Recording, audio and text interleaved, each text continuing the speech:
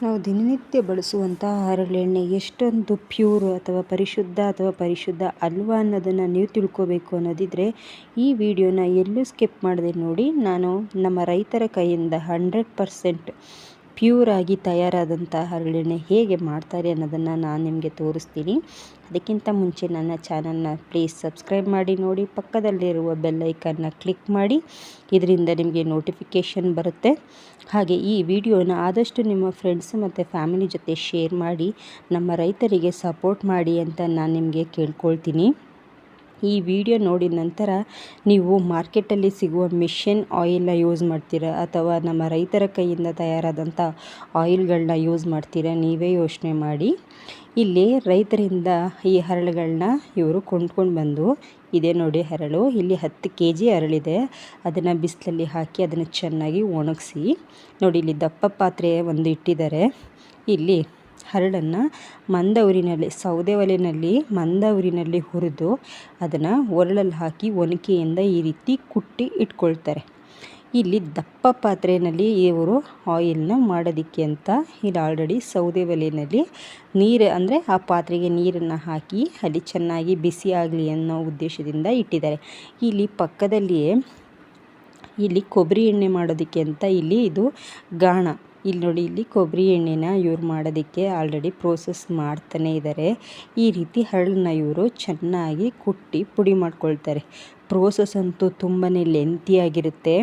ಇದನ್ನು ನೋಡಿದ ಮೇಲೆ ನಮ್ಮ ರೈತರಿಗೆ ನೀವು ಸಪೋರ್ಟ್ ಮಾಡಬೇಕು ಅಂತ ನಿಮಗೆ ಅನಿಸುತ್ತೆ. ನಮ್ಮ ರೈತರು ಇಷ್ಟೊಂದು ಕಷ್ಟಪಟ್ಟು ನಮಗೆ ಆಯಿಲ್ಗಳನ್ನೆಲ್ಲ ತಯಾರು ಮಾಡಿ ಕೊಡುವಾಗ ನಾವು ಮಾರ್ಕೆಟಲ್ಲಿ ಸಿಗುವ ಮಿಷನ್ ಆಯಿಲ್ಗಳನ್ನ ಯೂಸ್ ಮಾಡೋದು ಸರಿನಾ ತಪ್ಪಾ ಅಂತ ನೀವೇ ಯೋಚನೆ ಮಾಡಿ.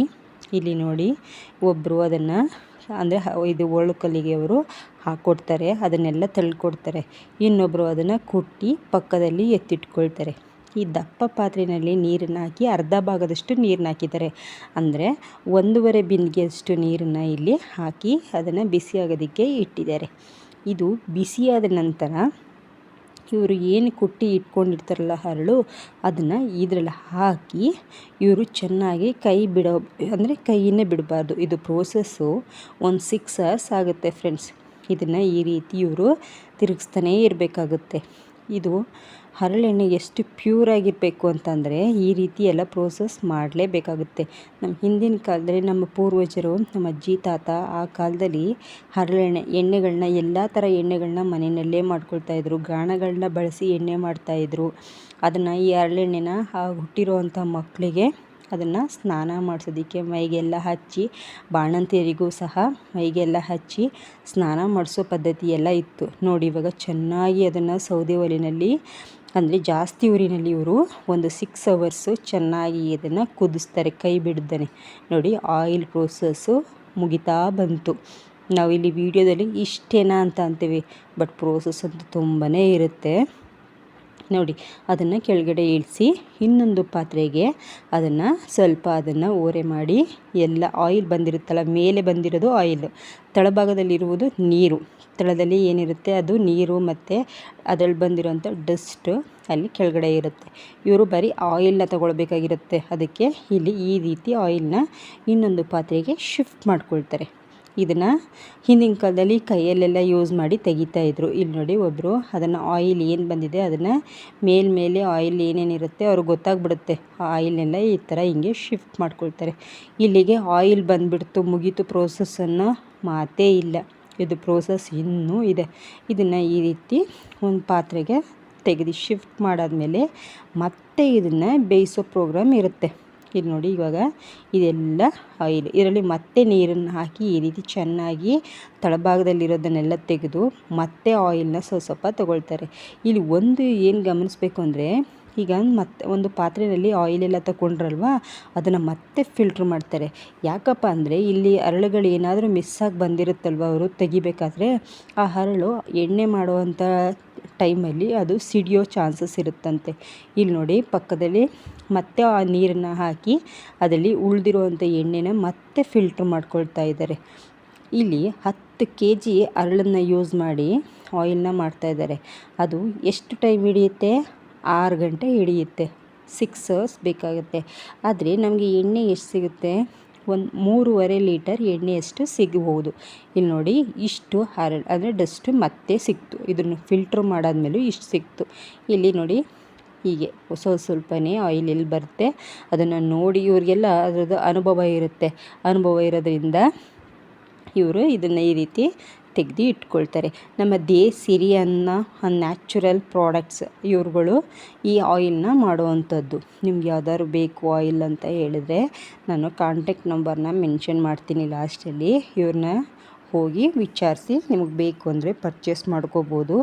ಇವರಲ್ಲಿ ನೀಲಗಿರಿ ಆಯಿಲು, ಕೊಕೊನೆಟ್ ಆಯಿಲು, ಕಡಲೆಕಾಯಿ ಎಣ್ಣೆ ಮತ್ತು ಸಾಸಿವೆ ಎಣ್ಣೆ, ಎಳ್ಳೆಣ್ಣೆ ಈ ರೀತಿ ಮತ್ತು ಮಿಲೆಟ್ಸ್ಗಳು ಎಲ್ಲ ಸಿಗುತ್ತೆ. ನೀವು ಒಂದು ಸಲ ಬೇಕಿದ್ದರೆ ವಿಸಿಟ್ ಮಾಡ್ಬೋದು.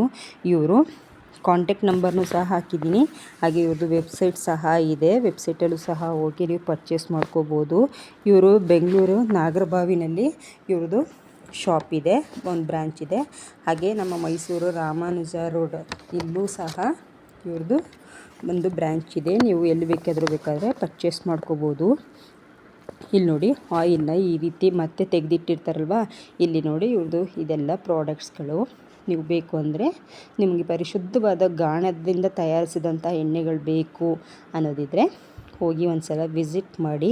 ನಾವು ಆರೋಗ್ಯನೇ ಮುಖ್ಯ ಅಲ್ವಾ. ನಾವು ಎಷ್ಟು ದುಡ್ಡು, ಜಾಸ್ತಿ ದುಡ್ಡು ಅಥವಾ ಕಡಿಮೆ ದುಡ್ಡು ಅಂತ ಯೋಚನೆ ಮಾಡೋದಕ್ಕೆ ಹೋಗಬಾರ್ದು.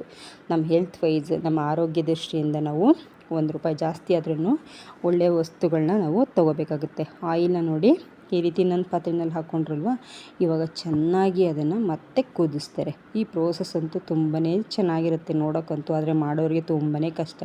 ಇಲ್ಲಿ ನೋಡಿ ಇದು ಆಯಿಲ್ ಕುದೀತಾ ಸುತ್ತ ಕಪ್ಪು ಬಣ್ಣಕ್ಕೆ ಒಂದು ನೊರೆ ಬರುತ್ತೆ.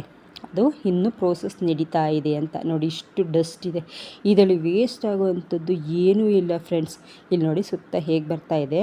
ಈ ಕಪ್ಪು ಬಣ್ಣ ಎಲ್ಲ ಹೋಗಿ ಮತ್ತೆ ಬಿಳಿ ಬಣ್ಣದ ನೊರೆ ಬರುತ್ತೆ. ಆವಾಗ ಎಣ್ಣೆ ಬಂದಿದೆ ಅಂತ ಅರ್ಥ ಅಂತ ಇವರು ಅನುಭವದ ಮಾತುಗಳು. ನೋಡಿ ಎಣ್ಣೆ ಪ್ರೋಸೆಸ್ ಆಲ್ಮೋಸ್ಟ್ ಮುಗಿತಾ ಬಂತು ನೋಡಿ. ನಾನು ಕಾಂಟ್ಯಾಕ್ಟ್ ನಂಬರ್ ಸಹ ಹಾಕಿದ್ದೀನಿ, ಬೇಕು ಅಂದರೆ ನೋಡಿ ಪರ್ಚೇಸ್ ಮಾಡಿ. ಇಲ್ಲಿ ಸುತ್ತ ನೋಡಿ ಈ ಕಪ್ಪು ಬಣ್ಣ ಎಲ್ಲ ಕ್ಲಿಯರ್ ಆಗಬೇಕು. ಅದು ಕ್ಲಿಯರಾಗಿ ಈಗ ಮೇಲ್ಮೇಲೆ ವೈಟ್ ಬರ್ತಾ ಇದೆಯಲ್ಲ ನೊರೆ, ಇದು ಕಂಪ್ಲೀಟಾಗಿ ಬಂದಾದಾಗ ಆ ಎಣ್ಣೆನ ಇವತ್ತು ಮಾಡಿದ್ರೆ ಓವರ್ ನೈಟ್ ಬೇರೆ ಪಾತ್ರೆಯಲ್ಲಿ ಹಾಕಿಬಿಟ್ಟು ಹಾಗೇ ಬಿಟ್ಬಿಡ್ತಾರೆ.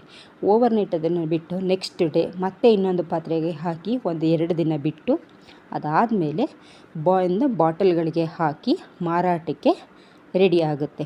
ಇಷ್ಟು ಪ್ರೋಸೆಸ್ ಇದೆ ನೋಡಿ. ನಾವು ಎಷ್ಟು ಬೇಗ ₹100 ಕೊಟ್ಟು ನಾವು ಎಣ್ಣೆ ತೊಗೊಂಬಂದ್ಬಿಡ್ತೀವಿ, ತೆಗೆದು ತಲೆಗೆಲ್ಲ ಹಚ್ಕೊಳ್ತೀವಿ, ಸ್ನಾನ ಮಾಡಿಬಿಡ್ತೀವಿ. ಈಗ ನೋಡಿ ಎಣ್ಣೆ ಕಂಪ್ಲೀಟಾಗಿ ಆಗಿದೆ ಅಂತ, ಈ ನೊರೆ ಎಲ್ಲ ಕ್ಲಿಯರಾಗಿ ಆಯಿಲ್ ಅಂದರೆ ನೊರೆ ಎಲ್ಲ ಕಂಪ್ಲೀಟಾಗಿ ಹೊರಟೋಗ್ಬಿಡುತ್ತೆ. ಆವಾಗ ಆಯಿಲ್ ರೆಡಿಯಾಗಿದೆ ಅಂತ.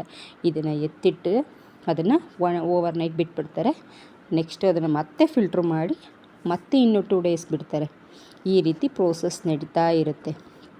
ನೀವು ಬೇಕು ಅಂದರೆ ಈ ಆಯಿಲ್ಗಳನ್ನ ನೀವು ಪರ್ಚೇಸ್ ಮಾಡ್ಕೊಳ್ಳಿ, ಆಯಿತಾ.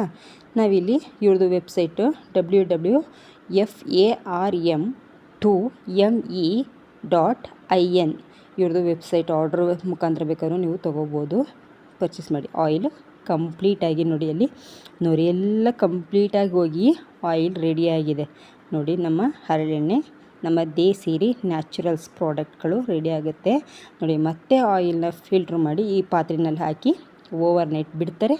ಮತ್ತೆ ಇನ್ನೂ 2 ಡೇಸ್ ಬೇರೆ ಪಾತ್ರೆಯಲ್ಲಿ ಹಾಕಿ ಮತ್ತೆ ಇನ್ನೂ 2 ಡೇಸ್ ಬಿಟ್ಟು ಅದಾದಮೇಲೆ ಅವ್ರದ್ದು ಏನು ಬಾಕ್ಸ್ಗಳಿರುತ್ತೆ ಆ ಬಾಕ್ಸ್ಗಳಿಗೆ ಫಿಲ್ ಮಾಡಿ ಅದನ್ನು ಎಲ್ಲ ಮಾರಾಟಕ್ಕೆ ಬಿಡ್ತಾರೆ.